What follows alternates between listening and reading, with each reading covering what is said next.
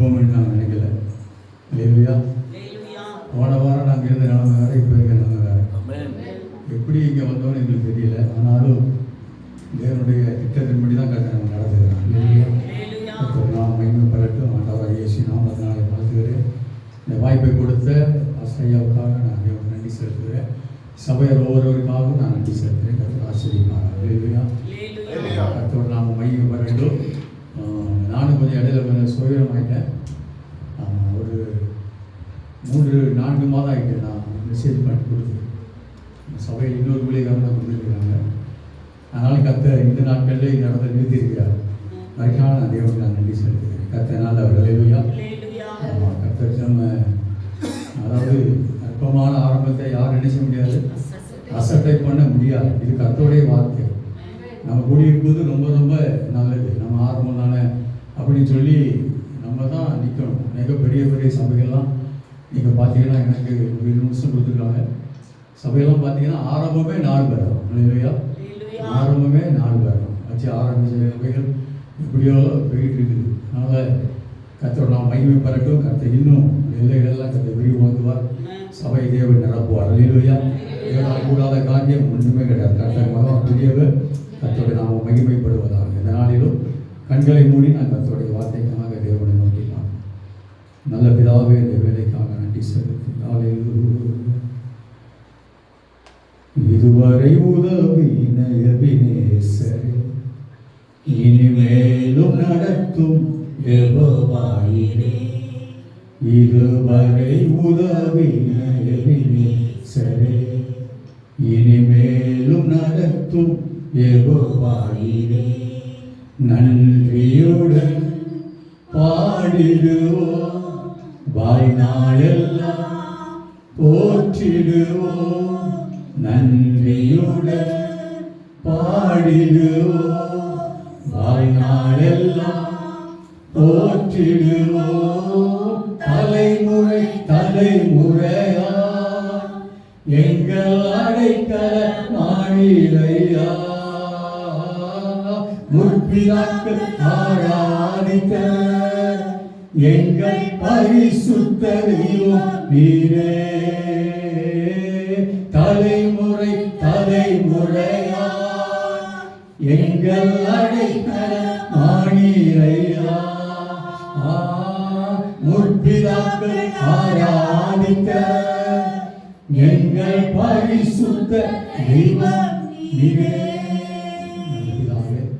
நீரே தலைமுறை தலைமுறையா எங்கள் ஆண்டவர், தலைமுறை தலைமுறையா உங்கள் துதியை நாங்கள் சொல்லி வருவோமா. அந்த நாளிலும் ஆண்டவரே, நம்ம சமூகத்தில் இயேசு நாமத்தினாலே நாங்கள் கூடி வந்திருக்கிறோம்.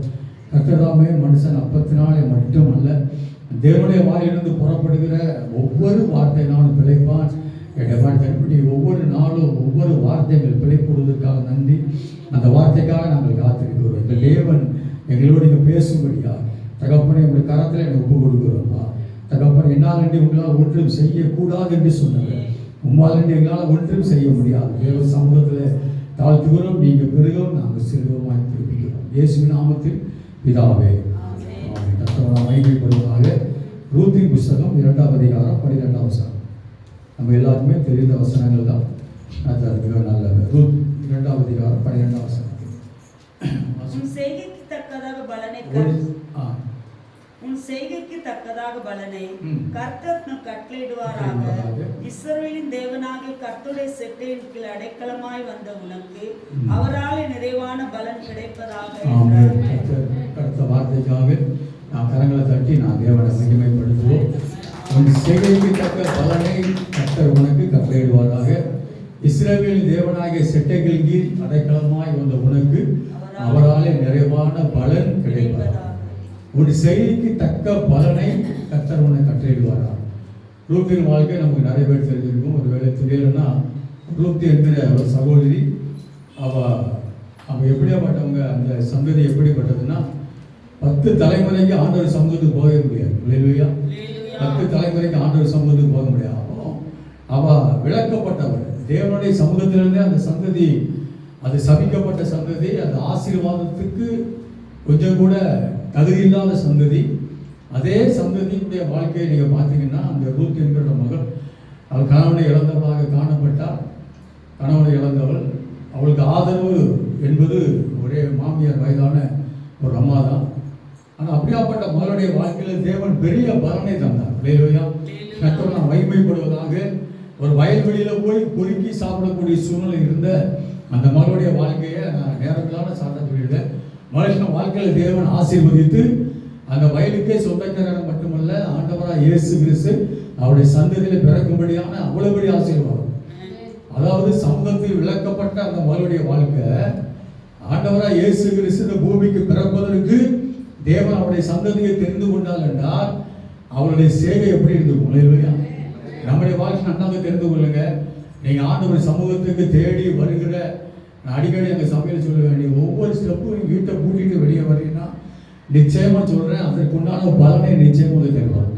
வேதம் சொல்லுகிறது, விருதாவாக தேடுதல் என்று நான் யாக்கோபின் சந்ததிக்கு சொன்னதில்லை. விருதாவாக என்றால் நீ சும்மா வேஸ்டா என்னை தேடணும்னு நான் சொல்ல மாட்டேன். வருவதற்கு ஒரு பலன் உண்டு. எபிரேயர் 11ஆம் அதிகாரம் 6ஆம் வசனத்தை வாசிங்க. இதெல்லாம் தேவ பிள்ளைகள் நன்றாக நம்ம தெரிந்த வசனங்கள் தான். இதெல்லாம் நம்முடைய மனதிலே, நம்முடைய சிந்தையில இருக்கணும். விசுவாசம் இல்லாமல் தேவனுக்கு பிரியமா இருப்பது அது கூடாத காரியம். ஏனென்றால் பாருங்க, விசுவாசம் இல்லாமல் தேவனுக்கு பிரியமா இருப்பது அது கூட நடக்காத கதை. ஆனா ஏன் அப்படி சொல்றாங்க? ஏன் அப்படி என்றால் தேவனிடத்தில் சேர்கிறவன். இப்ப நம்ம வந்திருக்கிறோமா? நம்ம தேவ சமூகத்தை தேடி வந்திருக்கிறோமா? இப்ப நம்ம தேடி வந்திருக்கிறோம், சேர்ந்திருக்கிறோம், தேவ சமூகத்துல சேர்ந்திருக்கிறோம். தேவனிடத்தில் சேர்கிறவன் நன்றாக தெரிந்து கொள்ள வேண்டும், அவர் உண்டு என்றும் அவர் உண்மையாகவே உயிரோடு இருக்கிறார் என்றும், உயிரோடு இருக்கிறார். அவர் தம்மை தேடுகிறவர்களுக்கு பலன், நிச்சயமா பலன் அளிப்பார். வாசித்தோம், செட்டைகள் அடைக்கலமாய் வந்த உனக்கு அவராலே நிறைவான பலன். கொஞ்சம் பலன் கிடையாது, நிறைவான பலன்.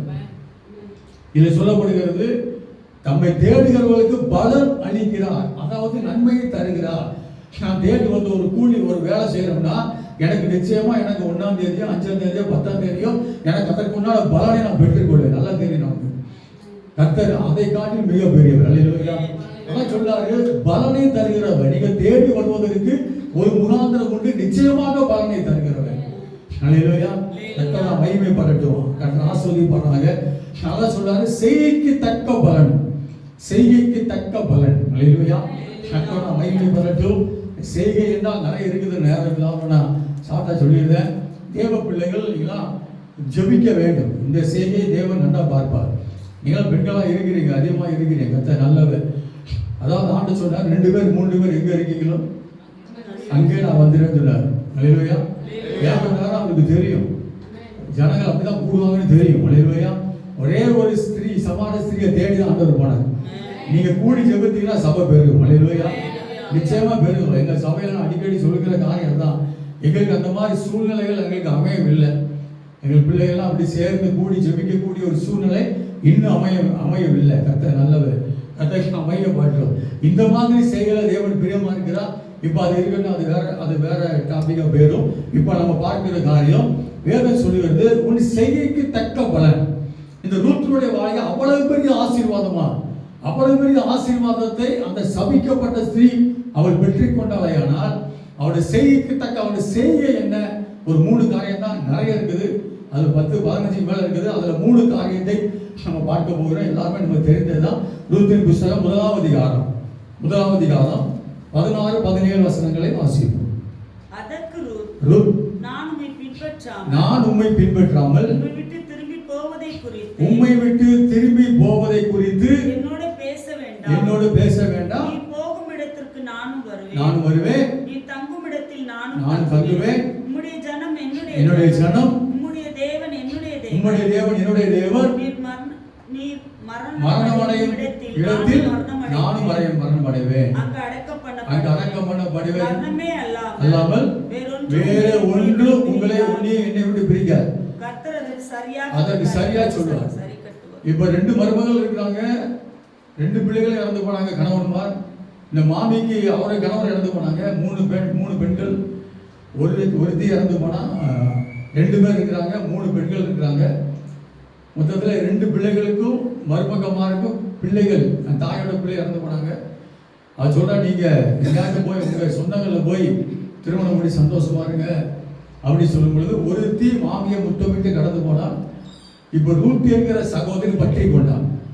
அவள் பற்றி கொண்டது காரணம் என்னன்னா, இதுல நம்ம சாதாரணமாக நம்ம தியானிக்கும் பொழுது எப்படியாப்பட்டதுன்னா, கர்த்தர் மேல் வைத்த நம்பிக்கை அவருடைய வாழ்க்கையில பலனை தந்தது. ரெண்டாவது தெரிஞ்சு இந்த நம்பிக்கை இப்ப இருக்கிற காலகட்டத்தில் பார்த்தீங்கன்னா நம்பிக்கையை பிசாசு வந்து சிதற பண்ணிடுவோம். நீங்க எத்தனை வருஷம் விசுவாசியாக இருந்தாலும் இப்ப இருக்கிற சூழ்நிலைகள் அப்படிதான் இருக்குது. எங்க பார்த்தாலும் ஒரே போராட்ட பிரச்சனை.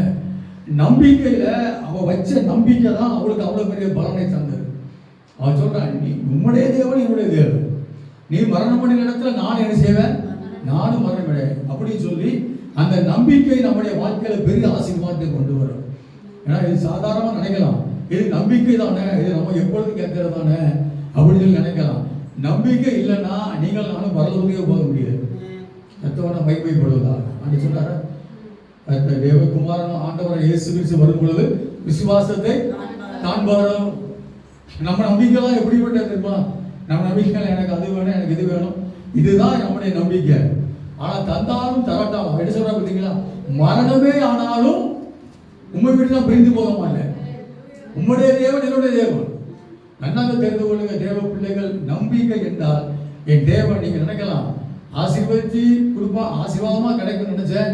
ஆனா தேவ பிள்ளை நன்னாக தெரிந்து கொள்ளுங்க, நீ தந்தாலும் சரி தரட்டாலும் சரி அப்படி சொல்லி எந்த தேவ பிள்ளைகள், எந்த குடும்பம் ஆண்டவரை பற்றி கொள்கிறதோ அவங்களுக்கு தான் தேவன் எல்லாவற்றையும் கூட கொடுப்பார். பின்னாலே வரும், பின்னாலே வரும். முதலாவது தேவனுடைய ராஜ்யத்தை நீதியையும் கேளுங்கள், நம்பிக்கையோட தேடணும். அதான் சொல்லப்படுகிறது, கர்த்தரிடத்தில் சேர்க்கிறவன் அவர் உண்டென்றும் தம்மை தேடுகிறவருக்கு பலன் அளிக்கிறவர் என்று என்ன செய்யணுமா, விசுவாசிக்கணும். அந்த நம்பிக்கை வேணும். நான் தேடி போறேன்னா எனக்கு ஒரு பலன் உண்டு, என் தேவன் என்னை ஆசீர்வதிப்பார், என் தேவைகளை சந்திக்கிறவர் அப்படிங்கிற ஒரு நம்பிக்கை நமக்கு இருக்கணும். அந்த நம்பிக்கை தான் அவங்களுக்கு மிகப்பெரிய பலனை தந்தது. அல்லேலூயா. கர்த்தரோட நாம மகிமைப்படுவதாக. நீதிமொழிகள் 10:28 சொல்லி வாசிக்க வேண்டாம். நீதிமான்களுடைய நம்பிக்கை என்ன செய்யுமா, மகிழ்ச்சியாகும். நீங்க நம்புகிற நம்பிக்கை மகிழ்ச்சியாகும். அது தேவனுடைய சித்தத்தின்படி இருந்தால் நிச்சயமாகவே அது மகிழ்ச்சியாகும். ரூத்துடைய வாழ்க்கையில அந்த மிகப்பெரிய பலன். எந்த வயல்ல போய் பொறுக்கி சாப்பிட்டு இருந்தாலோ அதே வயலுக்கு எஜமானியாய் மாண்டது மட்டுமல்ல, தலைமுறையை ஆசீர்வதிக்கிறது. தலைமுறை ஆசீர்வதிக்கிறார். நம்ம பிள்ளைகள் நல்லா இருக்கணுமா, நல்லா இருக்கணும்ல, அதான் தலைமுறை தலைமுறையா அவரே நமக்கு ஆண்டவர். அல்லேலூயா. நம்ம நம்பிக்கையை நம்முடைய பிள்ளைகள் பார்க்கணும், நம்முடைய நம்பிக்கையை பிள்ளைகள் பார்க்கணும். கர்த்தரோட மகிமை பண்ணட்டும். எங்க அம்மா அப்படி நம்பிக்கையா இருப்பாங்க, எப்படி நம்பிக்கையா இருப்பாங்க. ஒரு சின்ன சின்ன காரியத்திற்கு நிறைய விசுவாச பிள்ளைகள் 7 வருஷம் 10 வருஷம் விசுவாசியெல்லாம் சின்ன காரியம், ஒரு வேலை, சாதாரண வேலை காரியத்திற்கு ஆண்டவரை விட்டு போயிடுதாங்க. நம்ம அப்படி இருக்கக்கூடாது, எங்கேயும் போக முடியாது. அல்லேலூயா. எந்த இடத்துல போனா நிம்மதி கிடையாது. கர்த்தரோட மகிமைப்படுவதாக. அவர் ஒருவர், அவர் சமூகம் மட்டும்தான் நமக்கு இளைப்பாறுதல். இளைப்பாறுதல் அங்கதான். கர்த்தரோட மகிமை பெறட்டும். சங்கீதம் 27 1 முதல் 3 வசனங்களை நாம் வாசிக்கும் பொழுது, வாசிங்க சீக்கிரம். கர்த்தர் நல்லவர், கர்த்தரின் வெளிச்சமும் என் ரட்சிப்புமானவர், யாருக்கு பயப்படுவேன், கர்த்தரின் ஜீவனின் பலனானவர், யாருக்கு அஞ்சுவேன், என் சத்துருக்கள் என் பகைவர்களாகிய எல்லாரும் கொள்ளாதவர்கள். பாருங்க எவ்வளவு பிரச்சனை இருக்குது. சங்கீதக்காரர் தாவீது எழுதியிருக்காரு, அவ்வளவு பிரச்சனை இருக்குது. என் மாம்சத்தை எழுதினாங்களாம் பட்சிக்க தேடுகையில் எனக்கு விரோதமாய் பாளையமே இறங்கினான். அவ்வளவு பிரச்சனை இருக்குது. நீங்க தாவீது பிரச்சனை நிறைய அவர் சொல்லியிருக்கார், அவ்வளவு பிரச்சனை இருக்குது. ஆனா அவருக்கு ஒரே ஒரு நம்பிக்கை தான், இதிலே நம்பிக்கையா இருப்பேன். எதுல நம்பிக்கையா இருப்பேன், கர்த்தர் ஒன்றே நான் கேட்டேன், அதே நாடுவே, நான் கர்த்தருடைய மகிமை பார்க்கும்படியாகவும் ஆலயத்தில் ஆராய்ச்சி செய்யும்படியாகவும் என் ஜீவன நாளெல்லாம் அவருடைய வாஞ்சியை விட்டீங்களா, நம்பிக்கை தான். சுத்தி எவ்வளவு பிரச்சனை இருக்குங்க, நீங்க ஆண்டவர் சமுத்திரமாக. அல்லேலூயா. ஆண்டவர் மேல நம்பிக்கை வைங்க. கர்த்தர் நல்லவர். ஆமா, அனைத்து காரியம் சொன்னா சொல்லிட்டே போலாம். கர்த்தர் நல்லவர். அவர் மேல வச்சிக்கிற நம்பிக்கையில நீங்க உறுதியா இருக்கணும். கர்த்தர் நம்ம 2வது நம்ம பார்க்கும் பொழுது அவருடைய வாழ்க்கையில தேவன் பலனை தருவதற்கு மிகப்பெரிய ஒரு காரியம் என்னவென்றால் 18 வசனம் வாசிங்க. 1:18 சீக்கிரம். தன்னோடு கூட வர மன உறுதியா இருந்தா. பாத்தீங்களா, அந்த மாமி வந்து ரூத் வந்து சொல்றா, அந்த அம்மா சொல்ற, அந்த அம்மாட்ட சொல்றா, உம்முடைய தேவன் என்னுடைய தேவன், மரணமே அன்றி உண்மை என்ன செய்யாது, பிரிக்க மாட்டாது அப்படின்னு சொல்லிட்டாங்க. சொன்ன உடனே அவளுக்கு பாருங்க, இது நமக்கு கண்டிப்பாக தேவை. மன உறுதியை கண்டு தேவ பிள்ளைகள் நம்ம ஆண்டோட நிறைய பலனை பெற்றுக்கொள்ள வேண்டுமேனா மனசுல என்ன வேணும்னா ஒரு உறுதி வேணும். தேவன் மேல் வைத்திருக்கிற பற்றுதல், ஒரு உறுதி, மன உறுதி வேணும். அவருடைய மன உறுதியை கண்டு அதுக்கப்புறம் அந்த மாமி ஒண்ணுமே பேசலையா, தெரியுமா, என் பின்னாலே குடிக்கிட்டான் பண்ணிக்கலாம். நமக்கு மன உறுதி இருக்குதா? யோசிச்சு பாருங்க. சின்ன சின்ன பிரச்சனைகளை நம்ம மனசை என்ன செஞ்சிருந்தோம், தளர்ந்துருந்தோம். இதெல்லாம் நம்ம மைண்ட்ல வச்சுக்கணும். கர்த்தர் நல்லவர், அல்லேலூயா. ஆமா, கர்த்தரை மகிமைப்படுத்தா. ஆண்டவரா இயேசு கிறிஸ்துவை பின்பற்றி செல்வதிலே ஒரு உறுதித்தன்மை வேணும், ஒரு மன உறுதி. நமக்கெல்லாம் எதுல உறுதியா இருப்போம் தெரியுமா? எதுல உறுதியா இருப்போம் தெரியுமா? எதுல உறுதியா இருப்போம்? உலக பிரகாரமான காரியத்துல பாத்தீங்கன்னா அவன் மூஞ்சில நான் முழிக்கவே மாட்டேன். இதுல எவ்வளவு உறுதியா இருக்கும் யோசிச்சு பாருங்க. இது வந்து நமக்கு ரொம்ப மோசம். இந்த மாதிரி காரியம் இருந்துச்சுன்னா நமக்கு ஆச்சரியமே வராது. இது சும்மா உறுதி தான் சொல்றேன். இந்த மாதிரி உறுதி நம்ம எடுக்கிறோம். என் பிள்ளைய நான் படிக்க வச்சு கண்டிப்பா டாக்டர் ஆக்கிடுவேன். நல்லது எடுங்க, அல்லேலூயா. முளைச்சோட எடுத்துக்காதீங்க. ஆண்டவர்கிட்ட ஆசீர்வாதம் கிடைக்காது, பரலோகத்தை என்ன செய்ய முடியாது, ஓட்ட முடியாது. மன உறுதியை பத்திங்களா? எனக்கு ஒரு சகோதரி இருக்கிறாங்க. அவங்க குடும்பத்துக்கு பிரச்சனை, அவங்க அண்ணனுக்கும் தம்பிக்கும் பிரச்சனை. அவங்க வீட்டு வாசல் இங்க இருக்குதுன்னா அந்த அம்மா ரோட்டை இப்படி சுற்றி போவாங்க, இப்படி போவாங்க. ஏன்னா அந்த வீட்டு வாசல் கூட நீக்கி விடலாம். சபைக்கு வந்தவங்க உறுதி தேவன் இப்படியப்பட்ட காரியம் தான் வராமல் போயிட்டு எத்தனை பேர் செய்தியிலே சொல்லியாச்சு, நேரிலையும் சொல்லியாச்சு. அதை என்ன செய்யல, நடக்கலை. நம்ம மன உறுதியாக இருக்கும், இல்லையா? எவ்வளவு சூழ்நிலை வரட்டும், தேவ பிள்ளைகள் மன உறுதி.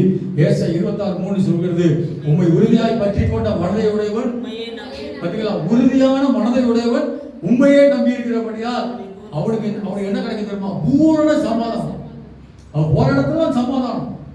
ரூத்துடைய வாழ்க்கையில் தேவன் அதிகமான பலனை தந்தது காரணம் என்னன்னா, யோசிச்சு பாருங்க. மூஞ்சிலே முழிக்காதன்னு சொன்ன ஆண்டவர் அவளை கூட்டி வந்து அவளை ஆசீர்வதித்து அவரே அவளை சந்ததியை பிறந்து இந்த பூமிக்கு ஆசீர்வாதங்களை மாற்றிருக்காரா? எவ்வளவு பெரிய ஆசீர்வாதம் எங்களுக்கு எனக்கு தேவன் தரமாட்டாரா? நிச்சயமா தருவார். தேவ பிள்ளைகளோட கர்த்தர் நான் மையப்பட்ட உறுதியாக தேவ பிள்ளைகள் பிடிக்கணும். அந்த விசுவாசத்துல 1 பேதுரு 5:9 எப்படியாக சொல்லுவது வாசிங்க. 1 பேதுரு 5:9.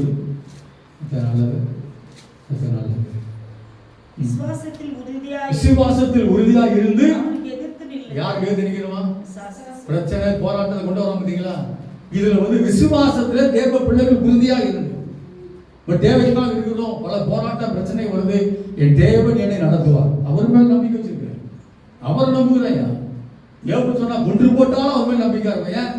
எப்படி அவட நம்பிக்கை? கொன்று போட்டாலும் என்னை உயிரோடு எழுப்ப தேவன் வல்லமை இல்லை. அல்லேலூயா. கர்த்தரை மகிமைப்படுவது. சங்கீதம் 112 7 8 வசனங்களை வாசிக்கும் பொழுது வாசனை டக்குனு முடிச்சு. பிரச்சனைகள் எவ்வளவு பிரச்சனை இருந்தாலும் நீதிமான் பயப்பட மாட்டான். அல்லேலூயா. பயப்படக்கூடாது. நீதிமான் எப்படி இருக்கான்னா சிங்கத்தை போல எப்படி இருக்கிறான்? தைரியமா இருக்கிறான். சிங்கம் உறுதியானது, அது இருதயம் உறுதியானது. அது பயந்து ஓடுற போல தான் தெரியும், ஆனா திரும்ப அது போகாது, பின்னிட்டு போகாது, திரும்ப நிற்கும். அல்லேலூயா. அதை பாருங்க, அதை சொல்லப்படுங்க. அவன் என்ன செய்யறான்னா பயப்பட மாட்டானா? என்ன நடக்குமா? அவன் இருதயம் எப்படி இருக்கும்? கர்த்தரை நம்பி திடனா இருக்கும். அதான் சொல்றேன். முதல்ல எதை பார்த்தோம்? நம்பிக்கை. இரண்டாவது கர்த்தரை நம்பி திடனா இருக்கும். அடுத்த வசனம் 7-8. அவன் இருதயம் உறுதியா இருக்கும். அவன் தன் சத்துரு சரிக்கட்டுதலை காண மட்டும் என்ன செய்ய மாட்டான். பாத்தீங்களா? அவ தேவ பிள்ளைகள் ஒரு உறுதி வேணும். ஒரு உறுதி. ஆண்டவர் என்னுடைய வாழ்க்கையில எல்லாமே எனக்கு தேவன் தருவார். எவ்வளவு போராட்டம் வரட்டும், பிரச்சனை வரட்டும், தேவ பிள்ளைகள் ஆண்டவரை ஆராதிப்பதிலே விட்டு கொடுத்தே செய்யாதீங்க. அதான் சொன்னா, உம்முடைய தேவன் என்னுடைய தேவன். அவ்வளவுதான். உம்முடைய தேவன் என்னுடைய தேவன். எவ்வளவு பிரச்சனை வந்து யோசிச்சு பாருங்க. அதை நினைச்சிருக்கலாம். தேவனை குறித்து அநேக காரியத்தை ரூத் சொல்லியிருப்பா, கேள்விப்பட்டிருக்கலாம். உன் சந்ததி இப்படி ஆகிடுமா, உன் சந்ததிலாம் இங்கே சேரவே கூடாது அப்படின்னு சொல்லியிருப்பாள் கண்டிப்பா. அவளுக்கு ஒரு நம்பிக்கை, இந்த ஆண்டவரை தேடினா நிச்சயமா என்ன தேவன் நிச்சயமா என்னை கைவிட மாட்டான். கர்த்தர் நான் மகிமைப்படான். யார் நம்மை கைவிட்டாலும் பாடு நிறைந்த வாழ்க்கை, நம்முடைய சூழ்நிலைகள் எப்படி இருந்தாலும் என் கர்த்தர் என்னை நடத்துவார். இந்த நம்பிக்கை நீங்க வச்சு பாருங்க. நீங்க நினைக்கலாம் நம்ம வீட்டில் 3 பேர் 2 பேர் இவ்வளவு பாடு இருக்குது, இவ்வளவு பிரச்சனை இருக்குது, யாருக்கு தெரியும்? நன்றாக இருக்கிறது 4 பேர் இருக்கீங்கன்னா 5வது ஆளாக தேவன் உங்களை பார்த்து கொண்டுதான் இருக்கிறார். நிச்சயமாக 2 பேர் தான் பூமிக்கே ஆசீர்வாதமாய் உருவாக்கினார். முதலாவது பார்த்தோம் நம்பிக்கை, 2வது உறுதியாய் பற்றி கொண்டார், 3வது இது மிகப்பெரிய காரியம். ரூத் 3:18 வாசிங்க. இந்த காரியம் என்னமாய் முடியும் என்று அறிய மட்டும் அவர் பொறுத்திருந்தார். இன்னும் ஒரே ஒரு நிமிஷம் தான் இருக்கு, அது நல்லது. அப்பொழுது அவர் என் மகளே இந்த காரியம் என்னமாய் முடியும் என்று அறிய மட்டும் நீ பொறுத்திரு. இந்த மனுஷன் இந்த காரியத்தை முடிக்கிற வரை தேவன் இளைப்பாற மாட்டார். நல்லாவே தெரிஞ்சுக்கணும். எந்த காரியத்தை காத்திருக்கீங்களோ இந்த காரியம் என்னமாய் முடியும் என்று அறிய மட்டும் பொறுத்திருந்தார். அதனாலதான் அந்த பலத்தை பெற்றுக்கொண்டார். ஒருத்தி முத்தமிட்டு கடந்து போனார். அவளுக்கு பொறுமை இல்லை. இனிமே நாங்க கூட போய் என்னைக்கு நான் வாழ அவன் சொல்லும் பொழுது அதையும் சொல்லும் பொழுது நான் இனிமேல் எனக்கு திருமணம் முடிஞ்சு பிள்ளைகளை பற்றி வளர்த்து உங்களுக்கு திருமணம் முடிச்சு கொடுக்க முடியாது. ஆனா இவளுக்கு ஒரு நம்பிக்கை, தேவனை ஆசீர்வதிப்பான். பொறுமை தான் நம்முடைய வாழ்க்கையில் பெரிய ஆசீர்வாதத்தை கொண்டு வரும். நீங்க பொறுமையா இருந்தீங்கன்னா நிச்சயமா பரலோகத்துக்கு போக முடியும். கர்த்தருக்கு நாம் மகிமைப்படுவதாக. ஏன்னா பொறுமையா இருக்கவளே பாக்கியவான் என்று வேதம் சொல்லுகிறது. எபிரேயர் 12:1 சொல்லுகிறது. எபிரேயர் 12வது அதிகாரம் 1வது வசனம். சீக்கிரம் வாசிங்க. ஆசிரியர்கள் ஆகையால் மேகம் போன்ற திரளான சாட்சிகள் நம்ம சூழ்ந்து கொண்டிருக்க பாரமான யாவற்றையும் நம்மை சுற்றி நெருங்கிற பாவத்தையும் முடிக்கிறோமாகிய இயேசுவை நோக்கி பொறுமையோட ஓட கடவுள். பொறுமையோட ஓட கடவுள். பொறுமை நமக்கு மிக முக்கியம். பொறுமை இல்லைன்னா ஒரு வேலை பார்க்குற இடத்துல கூட நீங்கள் நானும் நீடித்து வாழ முடியாது. கர்த்தரோட மகிமை பெறட்டும். அல்லேலூயா. பொறுமை நம்முடைய வாழ்க்கை ஆசீர்வாதத்தை கொண்டு வரும். யாக்கோபு 5:11 7-11 வசனங்களை வாசி பார்த்தீங்கன்னா கர்த்தரோட மகிமைப்படுவதாக. யோபின் பொறுமையை குறித்து கேள்விப்பட்டீங்களே. வாசிங்க. 7 வாசிங்க. நல்ல வசனம். இது நமக்கு தெளிவா வாசிங்க. இப்படி இருக்க சகோதரரே, கர்த்தர் வருமானமும் பொறுமை எங்க கொண்டு போகுது பார்த்தீங்களா? பொறுமை எங்க கொண்டு போகுது? எதற்காக நம்ம ஆராதிக்கிறோம்? எதற்காக கர்த்தரை தேடி வர்றோம்? எப்படினாலும் வரது போகணும். உண்மைதானே? அது நிச்சயம் தான். அது அதை குறித்து தெளிவு இருக்கணும். அதான் சொல்றாரு, அன்றி சகோதரரே வாசிங்க டக்குனு. இப்படி இருக்க சகோதரரே, கர்த்தர் வருமானமும் நீடிய பொறுமையாய் இருங்கள். இதோ பயிரிடுவதற்கு ஒருத்தன் என்ன செய்யலாம்? பூமியை நற்பலனை அடைய வேண்டும் என்று சொல்லி முன்மாறி மழை வருகிற வரை பொறுமையோடு காத்திருக்கிறான். அவன் பலனை பெற்றுக் கொள்கிறான். வேதம் சொல்லுகிறது பொறுமையா கர்த்தரை வருகிற வரை. இந்த பொறுமை நமக்கு வேணுமா? இந்த சாதாரண உலகத்துல உள்ள சாதாரண உலக பிரகாரமான சாப்பாட்டு காரியம் இதுல பொறுமை எடுத்துட்டா கர்த்தர் வரையில போக முடியாது. இதுல தேவன் நம்பிக்கையா உறுதியா இருந்தீங்கன்னா நிச்சயமா கர்த்தர் வரை போக முடியும். அது சட்ட டக்குனு வாசங்க முடிச்சு கர்த்தர் நல்லது. நீடிய பொறுமையா இருந்து இருதயங்களை ஸ்திரப்படுத்துங்கள். கர்த்தருடைய வருகை சமீபமா இருக்கிறது. சகோதரரே, நீங்கள் நியாயம் தீர்க்கப்படாதபடிக்கு முறையிடாதீங்க. அடுத்த வசனம். நியாயாதிபதி வாசலில் வருகிறார். என் சகோதரரே, கர்த்தருடைய நாமத்தினால் பேசின தீர்க்கதரிசி எத்தனை பேர் மரித்து போனாங்க. அவங்க பொறுமையெல்லாம் நீங்க திருஷ்டாந்தமா உதாரணத்தை வைத்துக் கொள்ளுங்கள். அப்புறம் பொறுமையா இருக்கிற பாக்கியவான் என்கிறோமே. யோபின் பொறுமையை குறித்து கேள்விப்பட்டிருக்கீங்களே. கர்த்தருடைய முடிவும் தெரியும். யோபின் பொறுமையும் தெரியும் உங்களுக்கு. கர்த்தருடைய முடிவும் தெரியும். முடிவு எப்படி இருந்துச்சு யோபுக்கு? அந்த காலத்துல ரெட்டத்தின் ஆசீர்வாதம். அந்த காலத்துல இப்ப ரெட்டத்தின் ஆசீர்வாதம் என்னது? இம்மைக்கு ஒரு ஆசீர்வாதம். இதை பார்த்தோம்னா இதை இழந்துடுவோம், அங்க இழந்துடுவோம். இல்லையா? அதனால தேவ பிள்ளைகள் 3 காரியம் பார்த்தோம். ஒன்று ஃபர்ஸ்ட் நம்பிக்கை, 2வது மன உறுதி, 3வது அல்லேலூயா. கண்களை மூடி செய்யும் ஆண்டவருடைய சமூகத்துல. ஒருவேளை அந்த காரியம் நம்மகிட்ட ஒருவேளை மறந்து இருக்கலாம், ஒருவேளை நம்பிக்கையில உறுதியற்ற சூழ்நிலை இருக்கலாம். எதுவாக தேவ சமூகத்தில் ஒப்பு கொடுத்துள்ளவர். தேவனுடைய நன்றி அப்பா. அந்த வேலைக்காக நன்றி. தகப்பனுடைய கிருபையுள்ள கரத்துக்களை எங்களை தாழ்த்துவோம்ப்பா. தகப்பனை சிறிது நேரம் வார்த்தையை கொடுக்கும்படி கொடுத்த கிருபைக்கு அந்த வார்த்தையின் மூலமா நம்பிக்கையிலே தகப்பனை பிள்ளைகள் அசையாமல் இருக்கும்படி மன உறுதியிலே உண்மை விட்டு பின்வாங்கி போகாத ஒரு ஆசீர்வாதத்தை தந்து நடத்தும்படியா பொறுமையோடு பின் செல்ல எங்கள் தேவன் அனுக்கிரகம் செய்யும்படியா தேவனுடைய சமூகத்தில் தாழ்த்தி கொடுக்கிறோம். ஆண்டவரே தகப்பனே சோதரி கேட்ட ஒவ்வொரு குடும்பத்திலும் எங்கள் தேவன் நிறைவான பலன் உண்டாவதாக, நிறைவான பலன் உண்டாகட்டும். நிறைவான பலன் உண்டாகட்டும். தகப்பனே, நன்மை உண்டாகும்படியா நாங்கள் ஜெபிக்கிறோம் ஐயா. ஆசீர்வதிங்க, வழி நடத்துங்க ஐயா. பெரிய காரியங்களை செய்யுங்க. இது உள்ள பகுதியை ஆசீர்வதிப்பதற்காக நன்றி. இயேசுவின் நாமத்தில் பிதாவே.